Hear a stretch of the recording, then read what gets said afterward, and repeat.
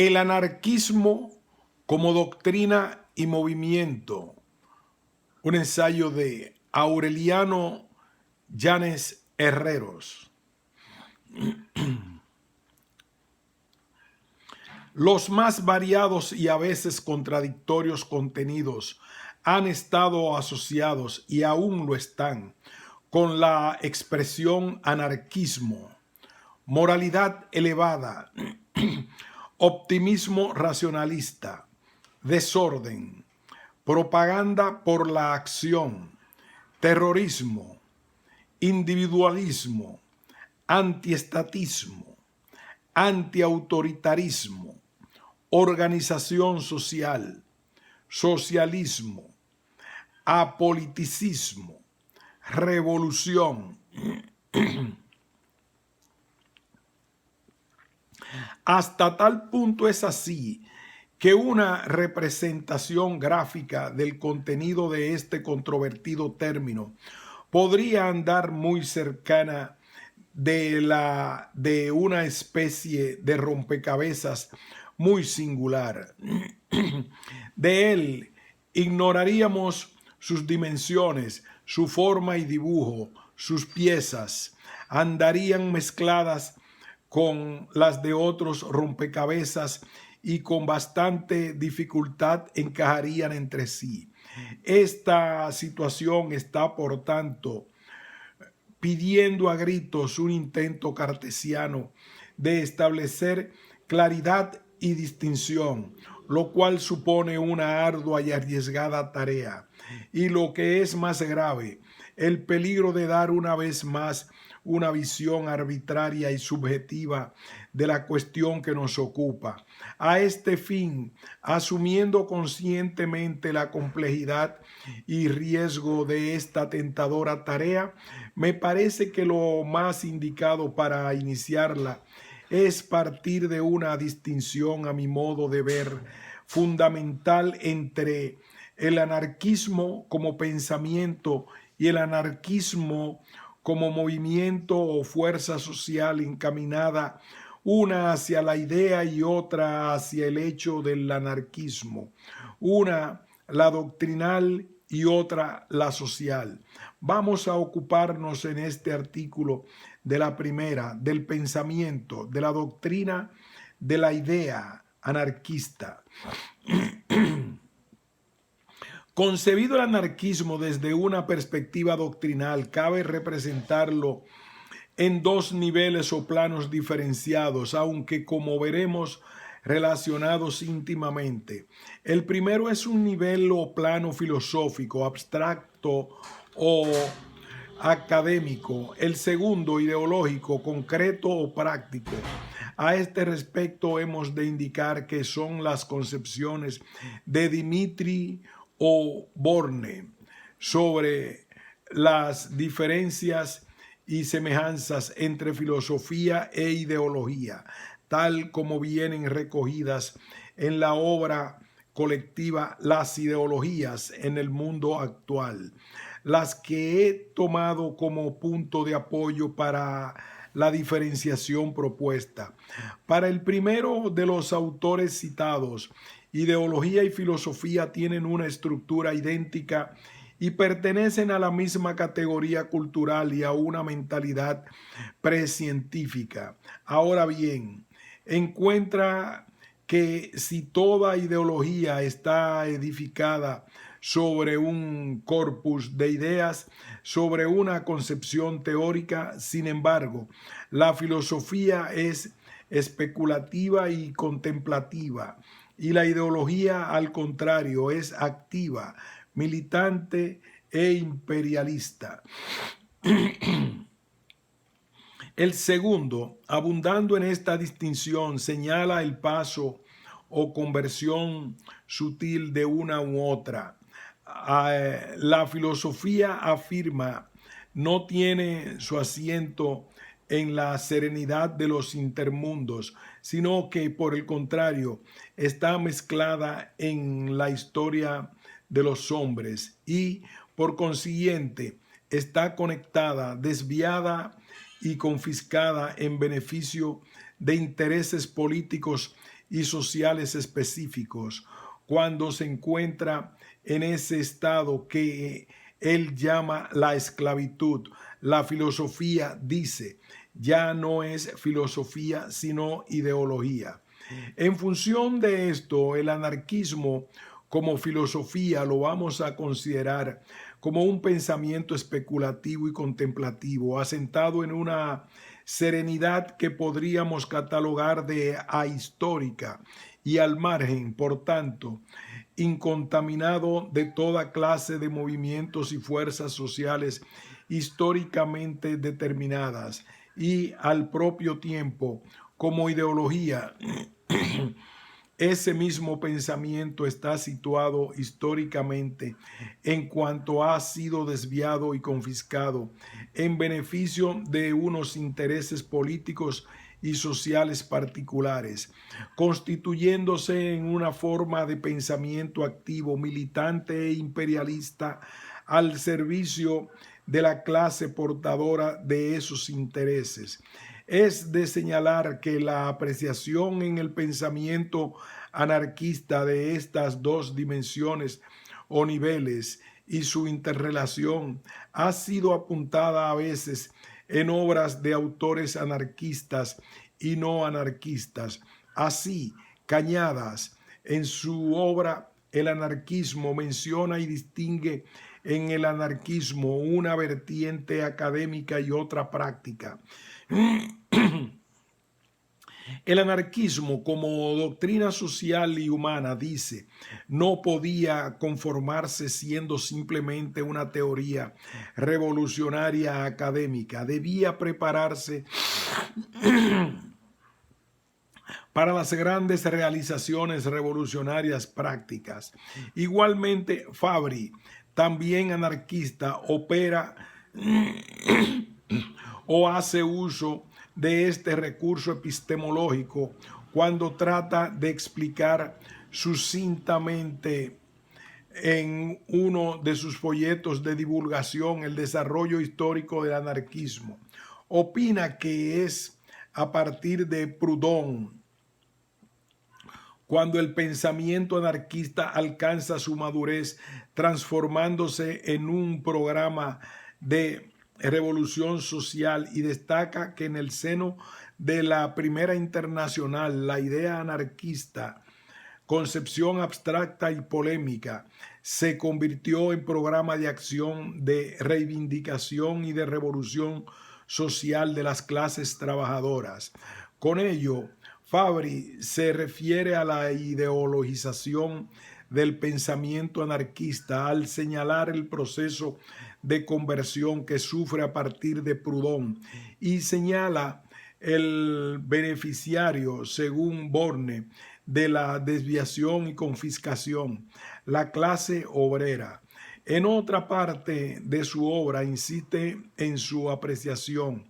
Está fuera de toda duda que con Bakunin y sus partidarios de dentro de la Primera Internacional, el anarquismo no fue ya solamente una vaga aspiración, un arreglo social futuro, sino un método de lucha, un guía, un movimiento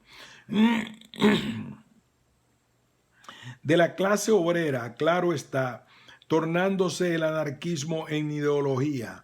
Comparte estas opiniones asimismo el profesor americano B. Hoselitz, para quien con Bakunin el anarquismo, aparte de cambiar de clientela, dejó de ser la filosofía política del ala más radical de la pequeña burguesía y se hizo una doctrina política que buscaba la masa de sus afiliados entre los trabajadores.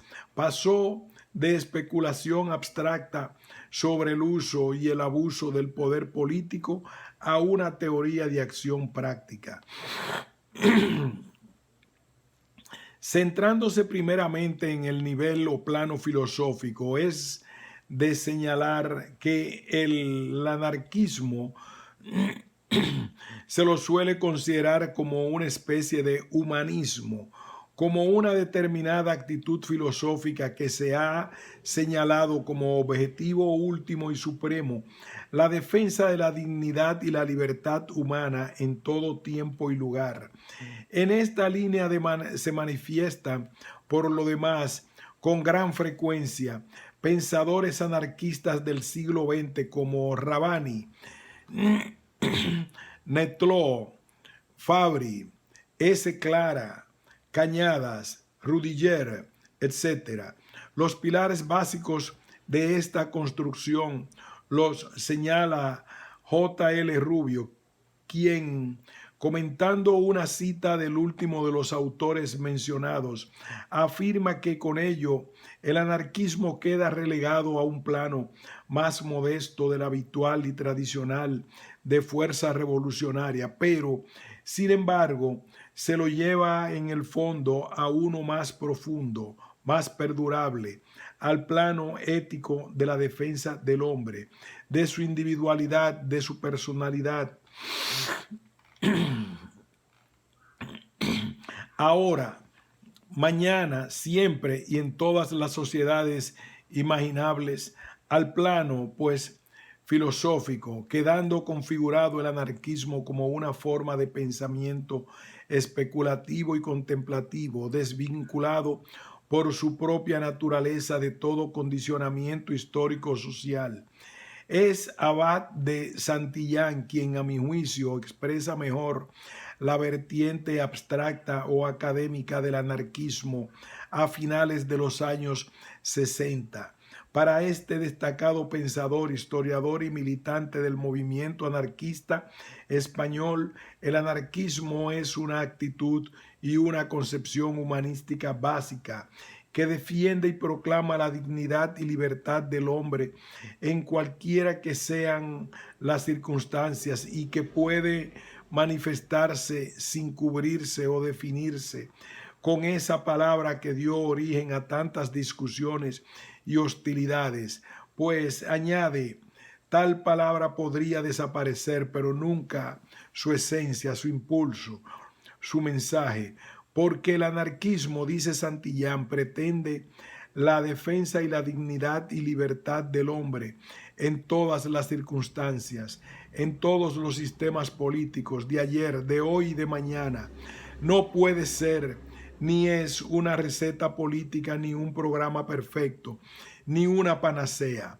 No está ligado a ningún tipo de construcción política, ni propone sistema que los sustituya. Como anhelo humanista que no culmina pues en una ordenación o estructura ideal perfecta, no es confundible con ningún sistema político o económico, y de aquí su afirmación de que puede existir y reivindicar su derecho a existir como defensor del hombre y de lo humano, con el arado romano y la pareja de bueyes y con el tractor moderno de muchas rejas, como actitud humanista ante la vida. Su misión es similar en la era de la máquina de vapor, en la del motor eléctrico o en la moderna cibernética y en la era de la energía nuclear. Así considerado como un humanismo, como una especie de credo ético personal, según opina el conocido estudioso Joel, el anarquismo en su mismo núcleo encierra a dos elementos básicos, el libertario y el federalista. El anarquismo como pensamiento filosófico está informado por dos principios, el de la libertad y el de la federación, respuestas, como sabemos, al dilema filosófico planteado en la clásica antinomia individuo-sociedad o libertad-autoridad. El anarquismo toma partido por los primeros términos de estas formulaciones antinómicas. De aquí que lo que primeramente destaca en la filosofía anarquista sea lo que se ha dado en llamar libertarismo, que bajo ningún concepto se ha de confundir con individualismo en su acepción radical.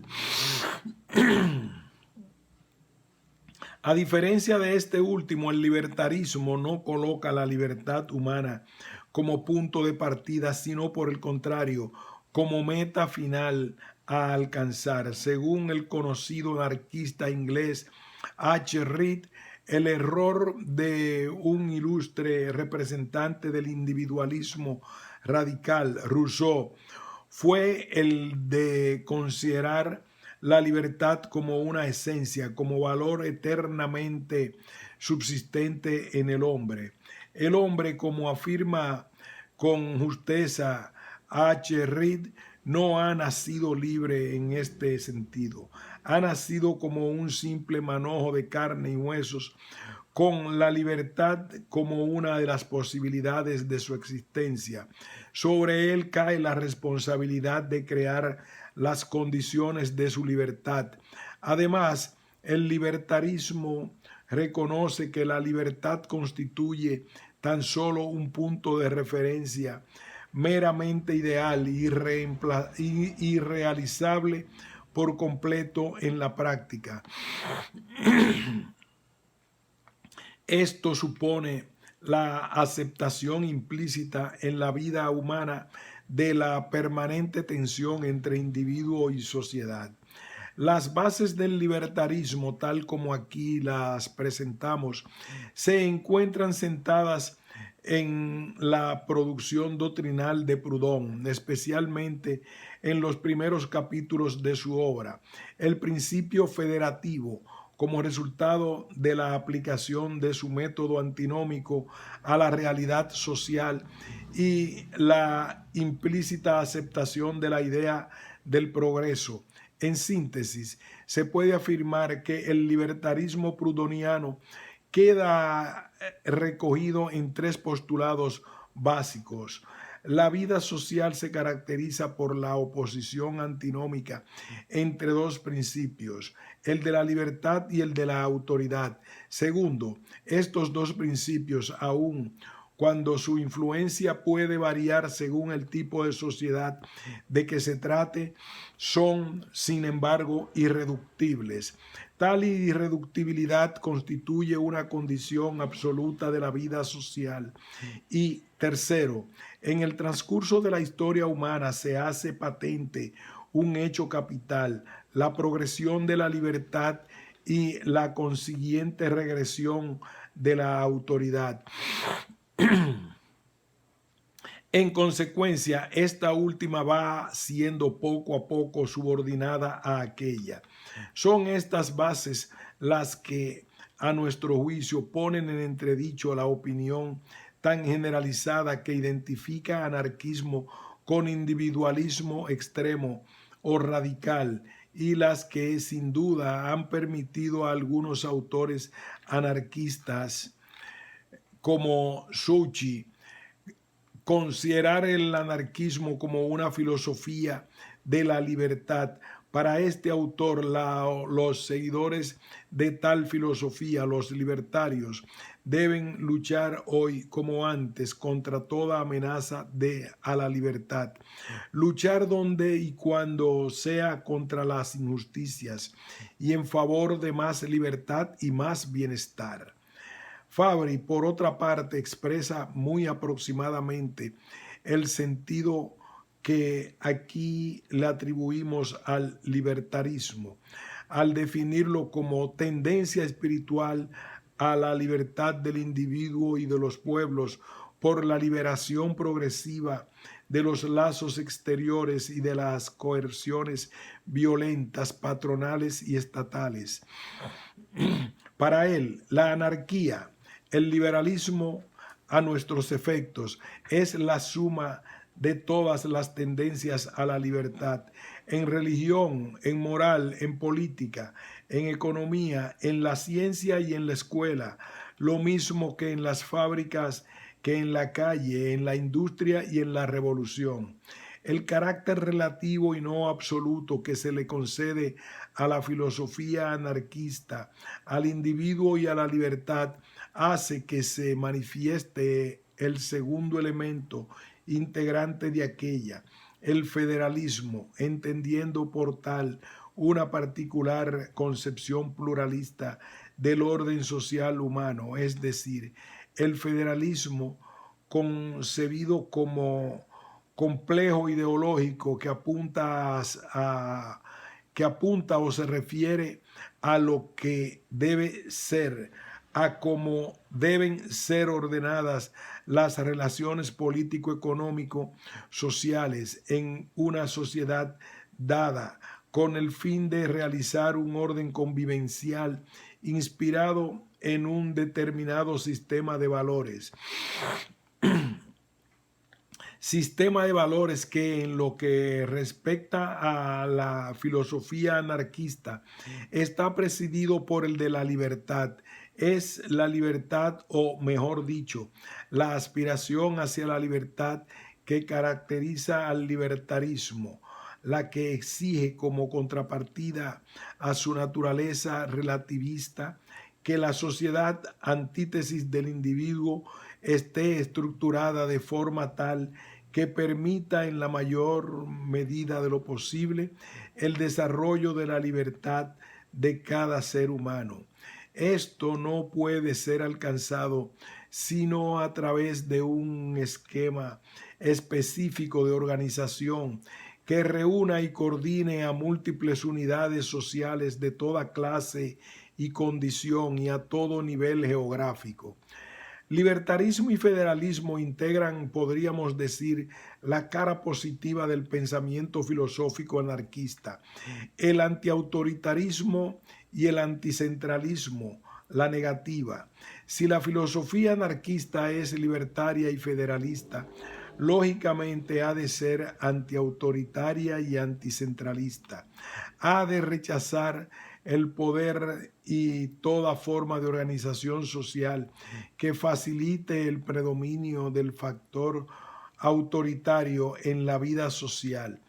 Si filosóficamente el anarquismo condena el Estado, sin entrar en precisiones sobre el sentido de este término, lo es porque se estima que esta forma de organización social no está en condiciones de promover la defensa y desarrollo de la libertad del hombre, básica aspiración del libertarismo anarquista, como ya sabemos. Si el pensamiento anarquista es considerado no desde un nivel abstracto, sino concreto, entonces se nos muestra como una filosofía. Si el pensamiento anarquista es considerado no desde un nivel abstracto, sino concreto, entonces se nos muestra no como filosofía, sino como ideología. En cuanto tal, el anarquismo es pensamiento que se mezcla con la realidad sociopolítica, y como esta realidad es variada y multiforme ha de ser la ideología anarquista, lo que significa que si bien tan solo hay una filosofía anarquista, sin embargo, son varias las ideologías anarquistas. Ahora bien, si la pluralidad de ideologías anarquistas no puede ser puesta en tela de juicio, ello no es óbice para que corrientemente se le preste casi una exclusiva atención a una de las ideologías anarquistas en particular. Hasta tal punto, tanto destaca sobre las demás que se la puede considerar como la única auténtica, siendo las otras de carácter marginal o secundario. Esta auténtica ideología anarquista, la ideología anarquista con mayúscula, que va a ser objeto exclusivo de nuestro interés es la que está sumergida en el mar de dos fenómenos sociales típicos del siglo XIX, el socialismo y el movimiento obrero. El contacto de la filosofía anarquista con estos fenómenos da por resultado su unilateralización o deformación. El anarquismo se va a poner al servicio de los intereses de la clase obrera y de las aspiraciones del socialismo, intereses y aspiraciones que inicialmente desconectados van a refundirse y permanecer estrechamente vinculados durante muchas décadas a partir de los años 50 del pasado siglo. Pues bien, de esta fusión de la que hablamos, el anarquismo en su versión ideológica más auténtica o interesante, resulta enriquecido con la incorporación de dos elementos nuevos que vienen a sumarse al libertarismo y al federalismo ya conocidos, el igualitarismo y el revolucionarismo. Estas dos concepciones doctrinales se caracterizan por sus aspiraciones dentro de las coordenadas sociohistóricas de la revolución industrial a la igualación económica mediante la entrega al conjunto de la sociedad de los instrumentos de trabajo y al derrocamiento del orden social liberal burgués y su sustitución por otro que garantice su dominio colectivo. Puesto al servicio del socialismo y del movimiento obrero, el anarquismo va a centrar su atención sobre los puntos básicos de estos: la socialización de los instrumentos de producción y el método de acción o táctica a seguir para alcanzarla. Puntos, como sabemos, muy controvertidos que darán lugar a las distintas escuelas y sectas socialistas y, en consecuencia, a las anarquistas. En lo que respecta al primero, la ideología anarquista, socialista y obrera no ofrece divergencias en su seno dignas de mención, siendo unánime la repulsa de que el beneficiario de la socialización de los instrumentos de producción sea el Estado, lo cual es consecuencia de los supuestos anti-autoritarios y anticentralistas de la cara o dimensión negativa de la filosofía anarquista. No ocurre lo mismo, por el contrario, respecto del segundo punto, en el que se manifiestan importantes divergencias. El método a seguir por la clase obrera, así como otros aspectos como el de la retribución del trabajo y el de la configuración de la sociedad socialista, condujeron por su carácter controvertido a la formación dentro de la ideología anarquista de distintas corrientes doctrinales enfrentadas entre sí. La primera de las cuestiones del método o táctica queda planteada dentro del tema más amplio del proceso revolucionario. Este ha de desembocar en un levantamiento de la clase obrera dirigido a la socialización de los instrumentos de producción. En la fase definitiva y decisiva de la revolución, pero y la previa y preparatoria que ha de poner a la clase obrera en disposición de realizar dicho levantamiento con un porcentaje elevado de probabilidades de triunfo. Tres posibilidades apuntaron y defendieron. La primera, inspirada en las concepciones de Proudhon y Bakunin, sostiene que la clase obrera en la fase preparatoria de la revolución ha de recurrir a los sindicatos. Los anarquistas, dice Cañadas, saben perfectamente que para semejante empresa, la revolución, hace falta una organización adecuada para cumplir la misión político-económica que en el cuarto estado cumplen las instituciones autoritarias. La necesidad de estos núcleos fue prevista por Bakunin y podemos afirmar que, en cierto modo, los sindicatos y cooperativas responden perfectamente al tipo de organización vislumbrada por el gran revolucionario ruso. Plenajov es de la primera opinión, pues en el estudio crítico que hace de Bakunin afirma que preconiza la táctica esencialmente económica de las viejas trade unions inglesas.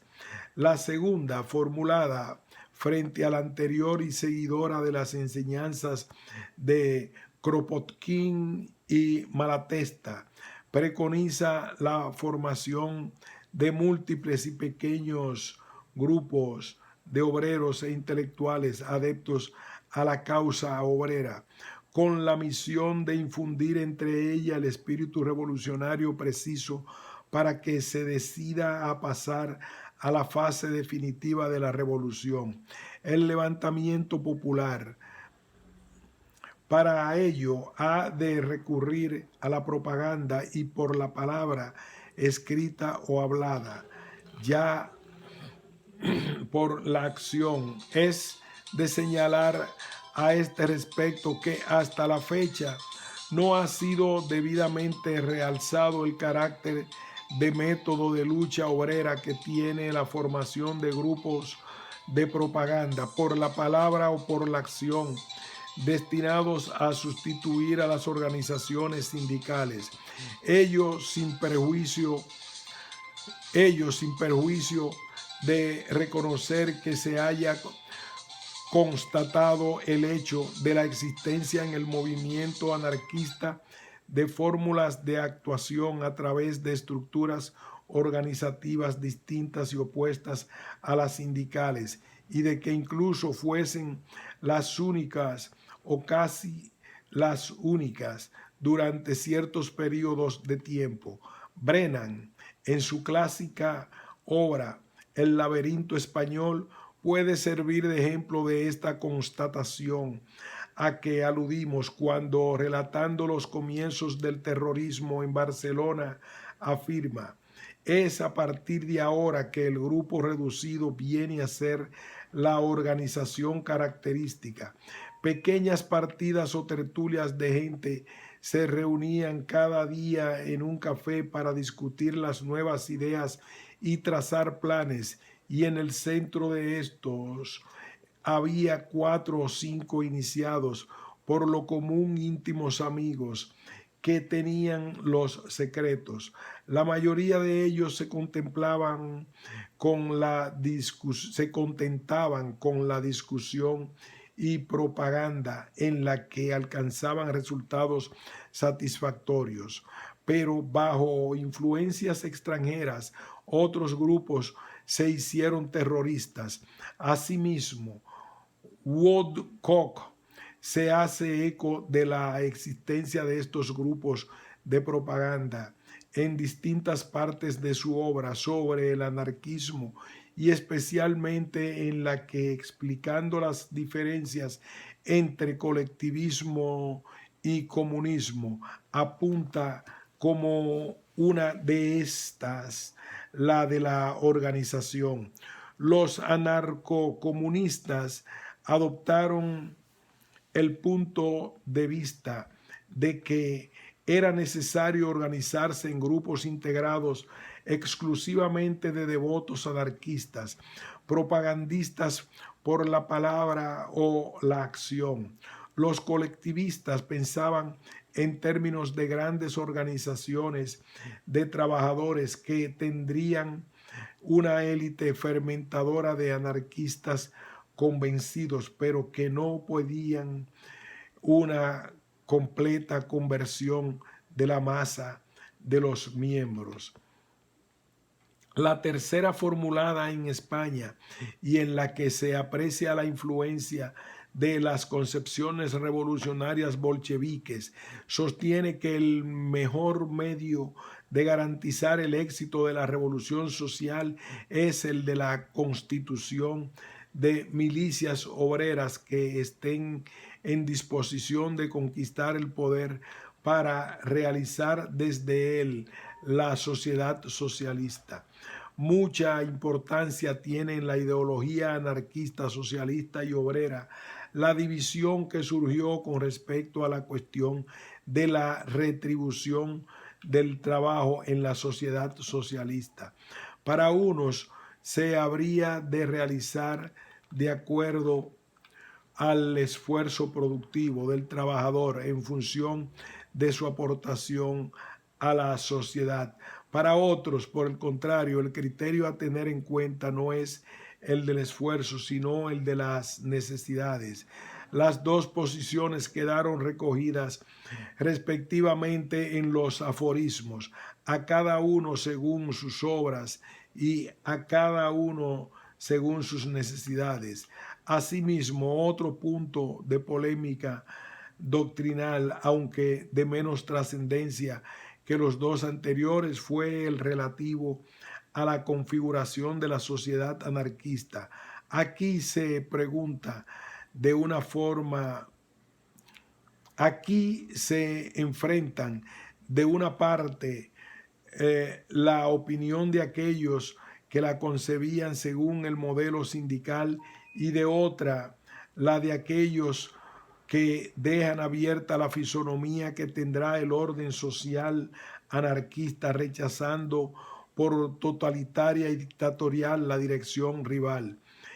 Al parecer de los dos primeros, dentro de la más pura tradición vacunista, es expresado por H. Plaja.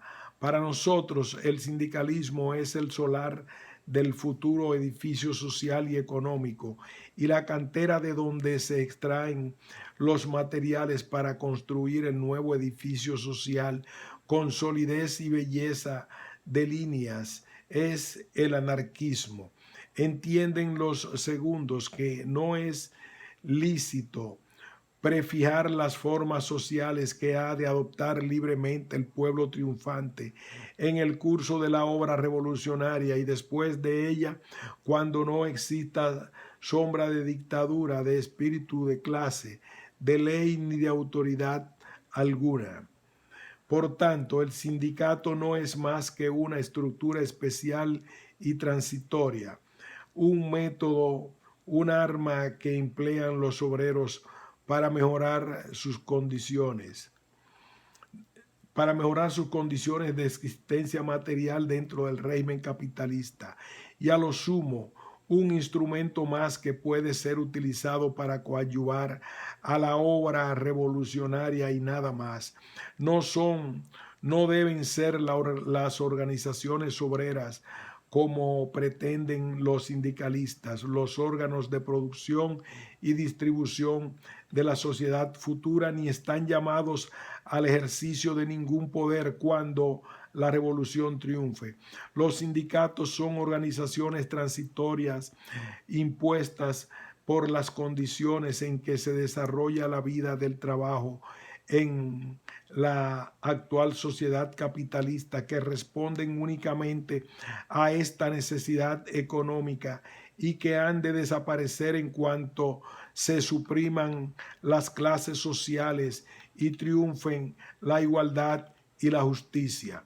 Las principales corrientes anarquistas se desenvuelven en torno a estos tres puntos de la táctica: retribución y configuración. Ocurre, sin embargo, que las expresiones que se emplean para denominarlas son por lo general de carácter complejo, puesto que se refieren conjuntamente a más de uno de los puntos de divergencia doctrinal indicados y además corresponden a diversos periodos y circunstancias sociopolíticas dentro del desarrollo del movimiento anarquista. Esto ha conducido a que en materia de etiquetas doctrinales impere un cierto confusionismo e imprecisión.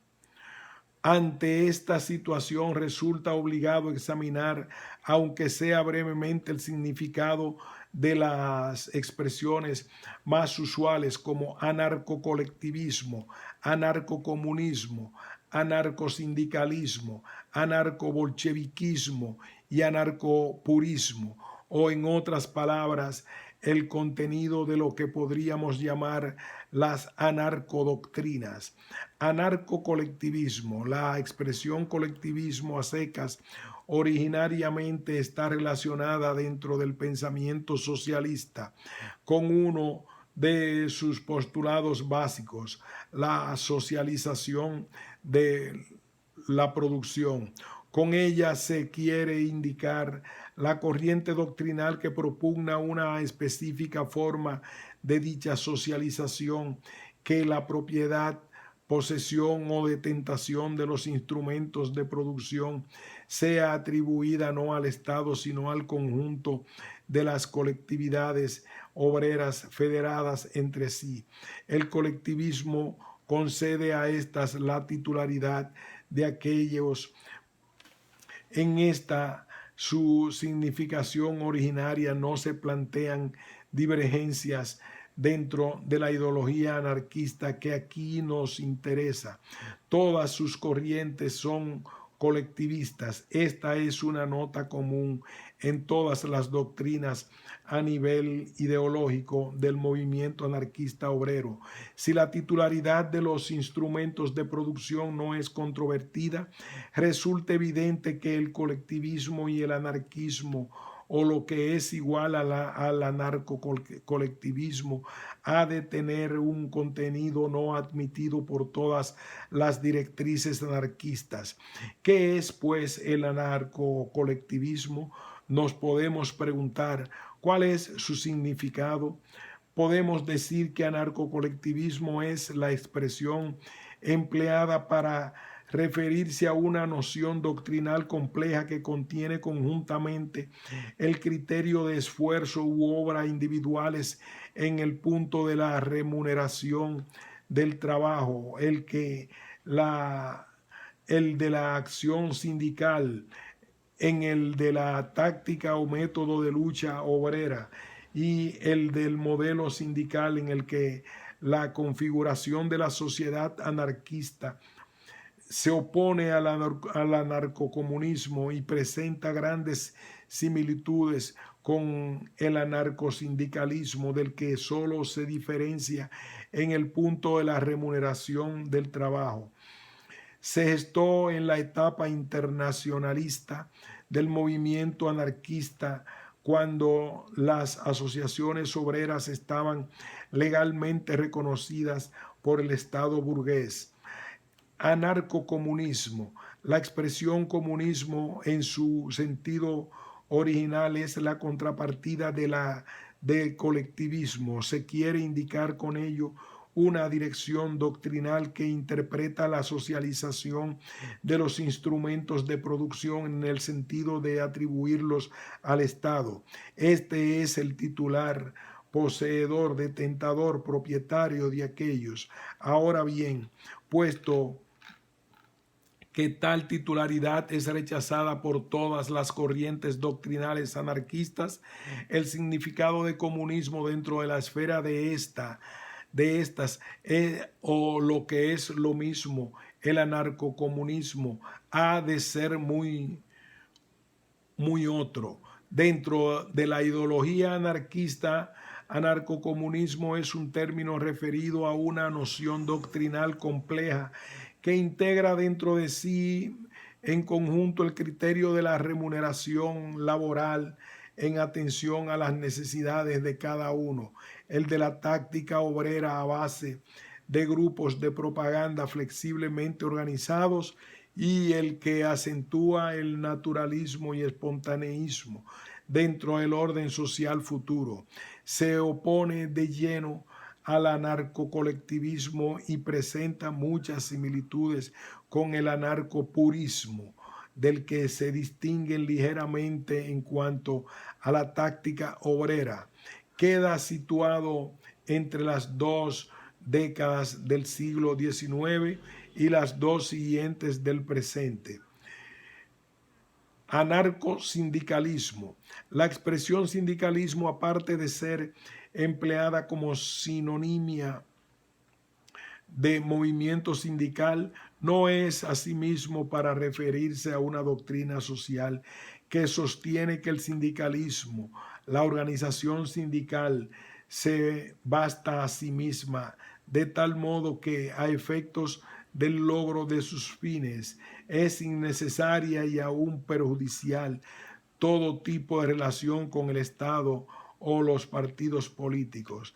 De aquí que su nota básica sea el apoliticismo. Tal es el sentido del sindicalismo puro o neutro. Ahora bien, el sindicalismo dentro del ámbito doctrinal del anarquismo, o lo que es igual, el anarcosindicalismo, tiene un contenido mucho más extenso. Se refiere a una noción doctrinal compleja relativa a los problemas centrales de la retribución, la táctica y la configuración de la sociedad futura, la remuneración según las necesidades y la táctica y modelos sindicales constituyen los puntos básicos de su contenido. Se opone al anarcopurismo y presenta gran similitud con el anarcocolectivismo, del que solamente se diferencia en la solución adoptada respecto al primer problema señalado. En esta coincide con el anarcocomunismo y el anarcopurismo. Desde un punto de vista histórico está ligado al movimiento obrero iniciado en Francia de la mano de Pelloutier a fines del siglo XIX. Anarcopurismo. La expresión anarcopurismo, neologismo que introducimos dentro de la panorámica doctrinal del anarquismo, hace referencia al planteamiento de un sector del movimiento anarquista que ha recibido la denominación de anarquistas puros. Estos constituyen una facción importante que se contrapone a la constituida por los anarcosindicalistas.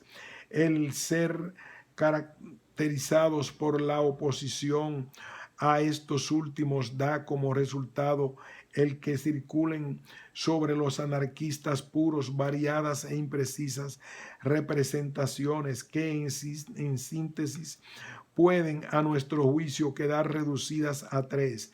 La primera considera a los anarquistas puros como aquellos que pretenden impedir toda suerte de contaminaciones e impurezas de la doctrina anarquista, como pretenden depositarios de las esencias últimas del anarquismo. Se han asignado la misión de conservar la ortodoxia a toda costa.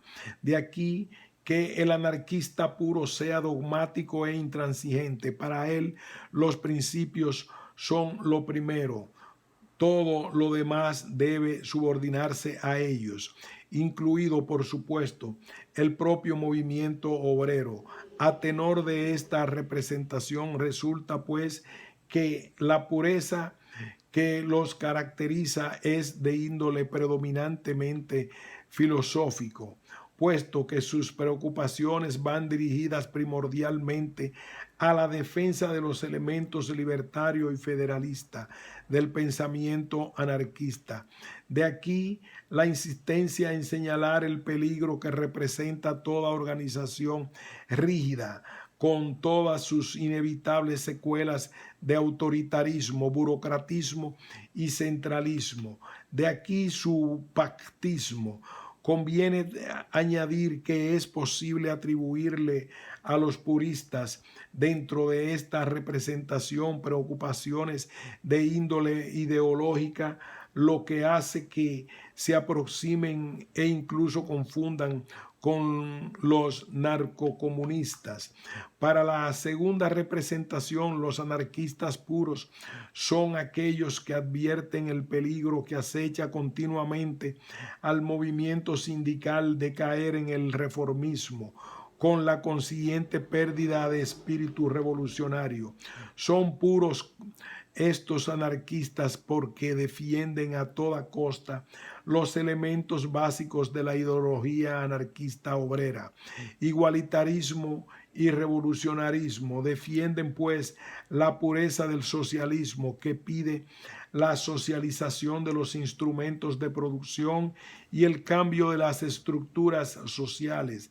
Recuerdan que el movimiento sindical no ha de caer en el conformismo representado por las mejoras profesionales, insistiendo en que aquel ha de tener como objetivo fundamental la emancipación económico-social del trabajador y que la acción debe ser orientada, por tanto, ante todo hacia el ideal revolucionario. De aquí resulta que se considera a los puristas como los ultrarrevolucionarios del movimiento anarquista. Es de señalar que, a diferencia de la representación anterior que defendía una pureza a nivel filosófico, esta segunda representación se mueve a un nivel claramente ideológico, característico del socialismo obrero, el de la socialización y el de la revolución.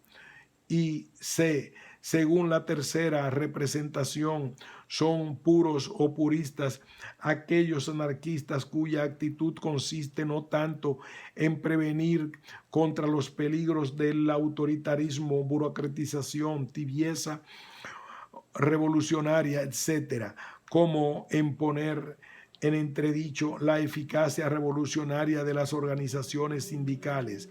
Los anarquistas puros, todos sin excepción, reconocen la importancia que tiene la organización de la clase obrera en sindicatos a efectos de llegar a la revolución social. El movimiento sindical es parte del progreso revolucionario. Ahora bien, el método o táctica que confía en la autosuficiencia de la acción sindical se le hacen serias objeciones. El sindicato, afirman los puristas, es un medio, pero no suficiente. Sirve a la revolución en cuanto que reúne a los trabajadores, facilitando las ocasiones de inculcarles su solidarización. Es en definitiva un auxiliar, aunque importante, de otra clase de organización. De aquí que los anarquistas puros sean sindicalistas, al igual que los anarcosindicalistas y los sindicalistas puros o neutros. Ahora bien, ocupan una posición intermedia. Para los anarcosindicalistas, el sindicato desempeña una doble función, defensiva y revolucionaria. Para los puros, solamente defensiva. Los puristas admiten la ambivalencia funcional, aunque a la función revolucionaria negada por los sindicalistas puros y admitida por los anarcosindicalistas, a diferencia de estos, la consideran tan solo como auxiliar. La función revolucionaria principal le compete a una organización distinta a la sindical, que es la del grupo de propaganda. Este tipo de organización es el que remedia la supuesta insuficiencia revolucionaria de la sindical. Es la otra condición sin la que la clase obrera no puede esperar con fundamento el logro de la aspiración socialista. Se habrá advertido que así como el calificativo de puro resulta indiscutible para las dos primeras representaciones, no ocurre otro tanto con esta última. Sin embargo, si prestamos un poco de atención a esta dificultad, apreciamos que la tercera de las representaciones está lógicamente conectada con la segunda. Es precisamente porque se quiere mantener en toda su pureza a la ideología del socialismo obrero, por lo que se propone una táctica que venga a completar la que se estima como insuficiente para garantizar el mantenimiento. La repulsa del conformismo y reformismo a que conduce la organización sindical a la clase obrera plantea la exigencia de recurrir a otro tipo de organización mediante cuya influencia puedan contrarrestarse las desviaciones de la conducta colectiva de la clase obrera respecto de los principios puros del ideal socialista y revolucionario.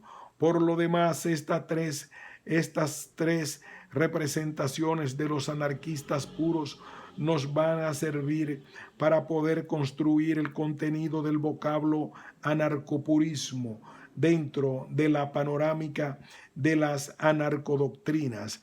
Se ha de señalar que a estos efectos solo se han tenido en cuenta la segunda y la tercera de las representaciones apuntadas, dada la índole ideológica que las caracteriza. La primera, por moverse en un nivel predominantemente filosófico, no puede tener cabida en una anarcodoctrina que se supone como las ya citadas emanaciones de los fenómenos sociales del socialismo y movimiento obrero, y por tanto, ¿qué índole exclusivamente ideológica? ¿Qué hemos de entender, pues, por anarcopurismo? Esta expresión alude a una noción compleja. Dicha noción contiene respecto a la remuneración del trabajo el criterio de las necesidades de cada uno respecto a la táctica obrera, el criterio mixto o eclético de la acción sindical y la del grupo de propaganda, y respecto de la configuración de la sociedad anarquista, el criterio ya sindicalista, ya naturalista y espontaneísta. Se opone al anarcosindicalismo, aunque guarda con él puntos de contacto importantes. Presenta muchas similitudes con el anarcocomunismo, del que en realidad procede, diferenciándose especialmente en cuanto a la diversa actitud ante el movimiento sindical, abstencionista una, intervencionista la otra. Se emplea para el mismo contexto histórico que el anarcosindicalismo, el de los años anteriores y posteriores a la Primera Guerra Mundial. Quinto, anarcobolcheviquismo. Dentro de las corrientes doctrinales del anarquismo obrero o anarcodoctrinas, representa una excepción, no es una noción doctrinal compleja, sino simple, no estando sujeta a ningún género de confusionismo. Con la expresión anarcobolcheviquismo se quiere denominar a una doctrina respecto a la táctica o método de lucha obrera que preconiza la formación de un ejército revolucionario o milicia proletaria. Con este tipo de organización, la clase trabajadora estaría en disposición de conquistar el poder político y desde él establecer una especie de dictadura inspirada en los principios anarcosindicalistas. Presenta similitudes con otras anarcodoctrinas, puesto que toma de estas los criterios propuestos para los otros dos puntos, cuestiones sobre las que no se pronuncia directamente. Coincide con el anarcocolectivismo y anarcosindicalismo en la configuración de la sociedad futura, con el anarcocomunismo en muchos puntos tácticos y con el anarcosindicalismo, anarcopurismo y anarcocomunismo en el régimen a seguir en la remuneración del trabajo, el de las necesidades. Se gesta a partir del triunfo del bolcheviquismo en Rusia. Final de este ensayo sobre el anarquismo.